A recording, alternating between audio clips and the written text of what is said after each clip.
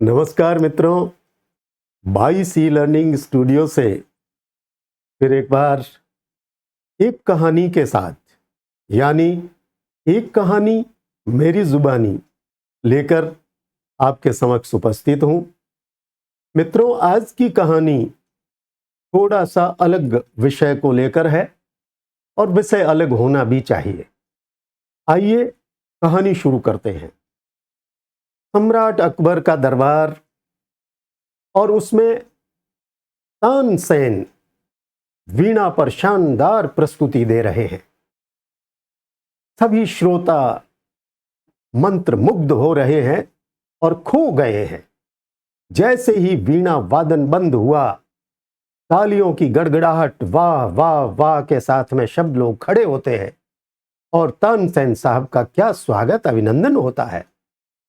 जैसे ही वीणा वादन समाप्त हुआ, बादशाह अकबर उनके पास पहुंचे, उनको शाबाशी दी, धन्यवाद दिया, बधाई दी और दरबार में एक घोषणा करने की बात की कि मैंने ऐसा व्यक्ति वीणा वादन करने वाला और दुनिया में न सुना है न देखा है, इसलिए मैं इनको सर्वोच्च पद देना चाहता हूं वीणा वादक के रूप में। जैसे ही ये घोषणा हुई, तानसेन थोड़े से संकुचित हुए। उन्होंने कहा, साहब, आपने इतना मान सम्मान जब दे रखा है तो फिर और मान सम्मान देने की जरूरत कहां है। बादशाह ने कहा, नहीं, वीणा वादन में आपका कोई शानी नहीं है, इसलिए मैं ये सर्वोच्च सम्मान आपको देना चाहता हूं। तब तानसेन ने कहा, सम्राट, ऐसा है कि मैं अभी मेरे गुरु से ऊपर नहीं हुआ हूं। मेरे गुरु हैं और उनके मुकाबले में इस दुनिया में कोई बजाने वाला नहीं है। सम्राट ने कहा, आपके गुरु? उन्होंने कहा, हां, मेरे गुरु हैं हरिदास जी, जो यमुना तट के पास आगरा में रहते हैं और उनके मुकाबले में वीणा वादक दुनिया में कोई नहीं है, इसलिए मैं गुरु के रहते सर्वोच्च पद स्वीकार नहीं कर सकता। यह सुनकर के बादशाह को बड़ी खुशी हुई। उन्होंने कहा, गुरुजी को बुलाइए। तानसेन इसी बात को लेकर के चिंतित थे कि बादशाह कहेंगे कि आप अपने गुरुजी को बुलाइए, लेकिन तानसेन ने कहा, मेरे गुरु यहां नहीं आएंगे। यहां किसी के आदेश, किसी के निर्देश, किसी की रिक्वेस्ट पर वो नहीं बजाते हैं, इसलिए उनका आना असंभव है। अकबर ने कहा, अगर ऐसी स्थिति है तो हम स्वयं उस गुरु के पास चलेंगे और उनका वीणा वादन सुनेंगे। तानसेन ने कहा, ऐसा नहीं होगा। गुरुजी हमारे कहने पर, आपके आदेश पर नहीं बजाते हैं। वे तो जब मन होता है तब बजा देते हैं और मन नहीं होता है तो नहीं बजाते। अकबर ने कहा, कोई बात नहीं, आप इसकी तरकीब बताइए, तरीका बताइए कि हम उनको कैसे सुन सकते हैं। तानसेन ने कहा, ऐसा है कि मेरे गुरु सुबह ठीक 3 बजे जल्दी उठते हैं, यमुना में स्नान करते हैं और स्नान करने के बाद वो तट पर आकर के बैठते हैं और उसके बाद जब उनको लगता है तो वे अपनी वीणा पर तान छेड़ देते हैं। अच्छा, वहां कोई नहीं होता। कई बार तो जंगली पशु आकर के उन्हें सुनने लग जाते हैं। चिड़ियां उन्हें सुनती है, बादल सुनते हैं, वातावरण सुनता है, पेड़ पौधे सुनते हैं और सभी इतने अंतर्मग्न हो जाते हैं कि बात छोड़िए। तानसेन ने कहा, हमें यहां से चुपचाप चलना पड़ेगा और वहां चल करके और चुपचाप बिना बताए ही सुनना पड़ेगा।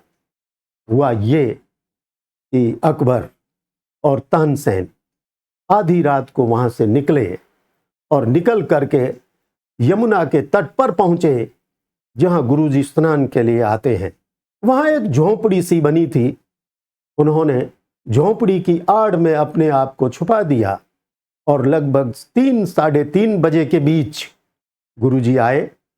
हरिदास जी ने स्नान किया और स्नान करने के बाद वो तट पर आए और उन्होंने अपनी वीणा शुरू की। जैसे ही वीणा वादन शुरू हुआ, आप ये समझिए कि अकबर को लगा कि इस तरह की वीणा वादन उन्होंने आज तक नहीं सुना है, और वो इतने खो गए कि कब 1 घंटा 1.5 घंटा बीत गया उन्हें मालूम ही नहीं रहा। इधर हरिदास जी ने अपना वीणा वादन बंद किया और वहां से निकल गए।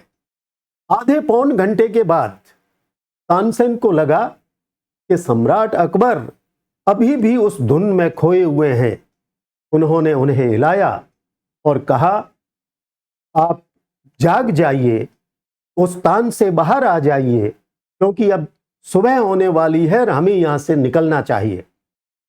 अकबर ने कहा, गुरुजी की तान मेरे हृदय तक चली गई है। वीणा के तार, वीणा के स्वर, वीणा के शब्द मुझे इतना हिला गए हैं, वो इतने मेरे दिल में जम गए हैं कि मैं अब उन्हें सुने बिना आगे नहीं रह सकता। तानसेन ने कहा, सम्राट ऐसा मत कीजिए, अब हमें चलना चाहिए। वो वहां से चले गए। दूसरे दिन जब वापस सभा बैठी तो तानसेन से अकबर ने पूछा कि तुम्हारे और तुम्हारे गुरु के वीणा वादन में क्या अंतर है? तानसेन ने कहा, मैं पेशेवर बजाता हूं, भविष्य के लिए बजाता हूं, फल की इच्छा करके बजाता हूं। मुझे ये मालूम रहता है कि आप जब प्रसन्न होंगे तो मुझे हीरे, जवाहरात, पन्ने, अशर्फियां ये मैक्सिमम देंगे, ज्यादा से ज्यादा देंगे। लेकिन मेरे गुरु, मैं बजाने का गणित जानता हूं।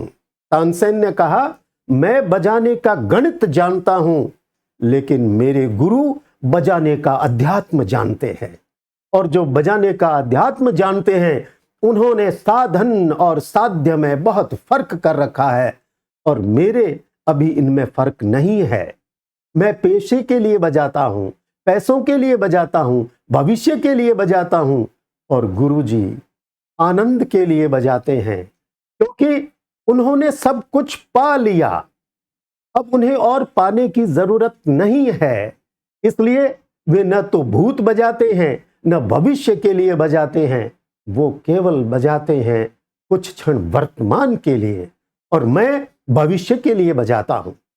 मित्रों, यहां गुरु और शिष्य की कहानी तो समाप्त हो रही है, लेकिन कहानी कुछ चीजें छोड़ रही है।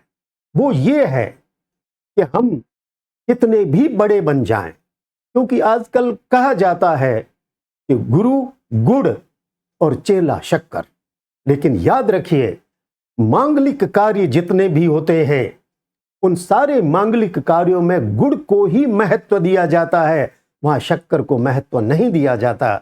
गुरु के पास जो अनुभव है, गुरु के पास में जो ज्ञान है, ज्ञान की अभिव्यक्ति है, वो आपके पास नहीं है। इसलिए गुरु को हमेशा गुरु के दर्जे पर ही मानिए। आप कितने भी बड़े हो जाइए, लेकिन गुरु से कभी बड़े हो नहीं सकते। इसलिए मेरा आपसे कहना है कि आपके गुरु, उनके प्रति इतनी श्रद्धा रखिए, श्रद्धा भाव रखिए, मान सम्मान दीजिए, क्योंकि शिक्षक दिवस इसीलिए तो मनाए जाते हैं। तो पुनः आप लोगों से इसी आग्रह के साथ कि आप चाहे गुरु से कितने भी आगे हो जाएं, लेकिन गुरु के ज्ञान के तर्कस में जो तीर है, वो सारे तीर आपके पास कभी नहीं पहुंच सकते। इसलिए गुरु का मान करें, गुरु का सम्मान करें, और गुरु का जब आशीर्वाद मिलेगा तो निसंदेह गुरु की तरह आपका नाम भी एक दिन क्षितिज पर होगा, ऊंचे स्थान पर होगा। इसी आशा और विश्वास के साथ फिर एक नई कहानी लेकर आपके समक्ष उपस्थित होंगे। बहुत बहुत धन्यवाद। जय हिंद।